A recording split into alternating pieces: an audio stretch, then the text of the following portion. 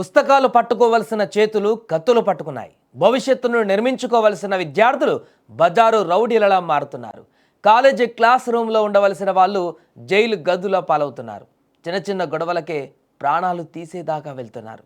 హైదరాబాద్ పాత బస్తీలో జరిగిన ఒక ఘటన ఇప్పుడు తల్లిదండ్రులను, స్థానికులను ఆందోళనకు గురిచేస్తోంది.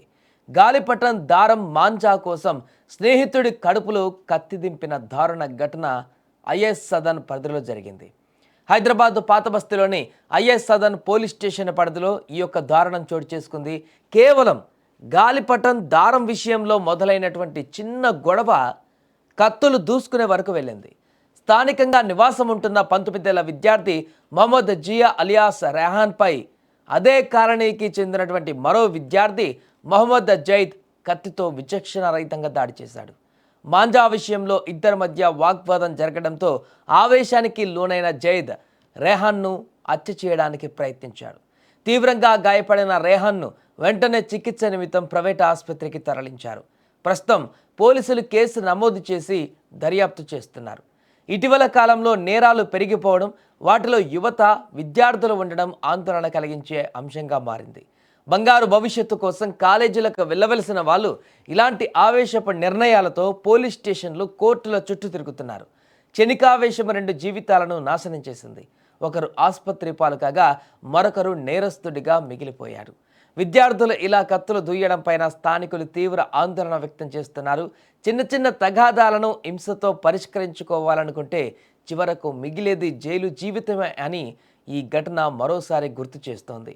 ఏదేమైనా కూడా ఈ ఘటన ఒక్కసారిగా సంచలనంగా మారింది. చిన్న వయసులోనే 19 సంవత్సరాల వయసులోనే ఇలాంటి దుర్మార్గానికి పాల్పడడం, అది కూడా గాలిపటం దారం కోసం మొదలైనటువంటి చిన్న వాగ్వాదం ప్రాణాలు తీసేంత దూరం తీసుకువెళ్ళడం కూడా నేటి సమాజంలో యువకులలో పెరిగిపోతున్నటువంటి ఆలోచన ధోరణి, వారిలో పెరిగిపోతున్నటువంటి క్రూరత్వానికి నిదర్శనంగా మారింది.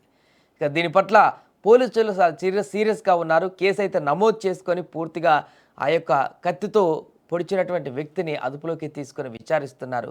అలాగే అటు తల్లిదండ్రులను కూడా పిలవడం జరిగింది. ఇరు కుటుంబాలకు సంబంధించి మిగతా వ్యక్తి ఎవరైతే బాధితుడు ఉన్నాడో, కత్తిపోట్లకు గురైనటువంటి యువకుడు ఉన్నాడు, అతన్ని హాస్పిటల్కి తీసుకెళ్ళి చికిత్స కొనసాగిస్తున్నారు. ప్రస్తుతానికి చికిత్స కొనసాగుతుంది. బట్ తల్లిదండ్రులు మాత్రం పూర్తిగా ఈ ఘటన పట్ల తీవ్ర ఆందోళనతో వ్యక్తం చేస్తున్నారు. ఇంత చిన్న వయసులోనే ఇలాంటి దారుణాలకు పాల్పడేటువంటి పరిస్థితి ఎందుకు వచ్చింది, ఇంత ఉన్మాదం ఇలా పెరిగిపోతుంది ఈ యొక్క పిల్లలకు అనేటువంటి విషయం పైన కూడా వారు ఆందోళన చెందుతున్నారు. వారితో పాటు స్థానికులలో కూడా చాలామంది ఈ మధ్యకాలంలో ఇలాంటి వార్తలు చాలా వస్తున్నాయి. హైదరాబాద్లో పాత బస్తీలో కానీ ఇతర ప్రాంతాల్లో కానీ చిన్న వయసులో క్షణికావేశంలో చేసేటువంటి పనులు వారి జీవితం మొత్తాన్ని కూడా నాశనం చేసేటువంటి విధంగా మారుతున్నటువంటి ఘటనలు, వారి లైఫ్ను మొత్తం కూడా చిన్నాభిన్నం చేస్తున్నటువంటి దృశ్యాలు చూస్తూనే ఉన్నాం. అందులో భాగంగా మరొక ఘటన ఇప్పుడు వెలుగులోకి వచ్చింది. मेरा नाम मोहम्मद रिजवान है। आज मेरे छोटे भाइयों पर 5 साढ़े 5 के दरमियान में गली का एक है ज़रा निकल गया हाथ से। उन्हें जो हमारे भाई को एकदम चाकू लेके आया घर में से लाके उनकी अम्मा रहने के बावजूद भी सामने से मार दिया। ये एक नहीं है, ऐसे बहुत सारी चीज़ें हैं जो कि घर कने, गली में, चमन कने, यहाँ तक कि उनके घर वालों को भी मालूम है ऐसा निकल गया इन्हें हाथ से। उनके वालिद साहब तक मेरे को फ़ोन करके इतना वो करे, समझाओ करो, लेकिन सुनने वाला हरगिज़ नहीं है उन्हें।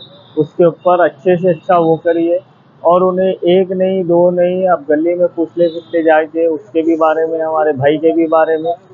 उन्हें जो मारा है वो घर में आया कैसा पहले वो होना, और उन्हें घर में से लेके मारा कैसा। मामूली सी पतंग के मांझे के वास्ते हुई बोल रहे हैं, लेकिन वो बात नहीं है। बच्चा होश में नहीं है, वो होश में रहता तो नहीं बोलता, नहीं करता था।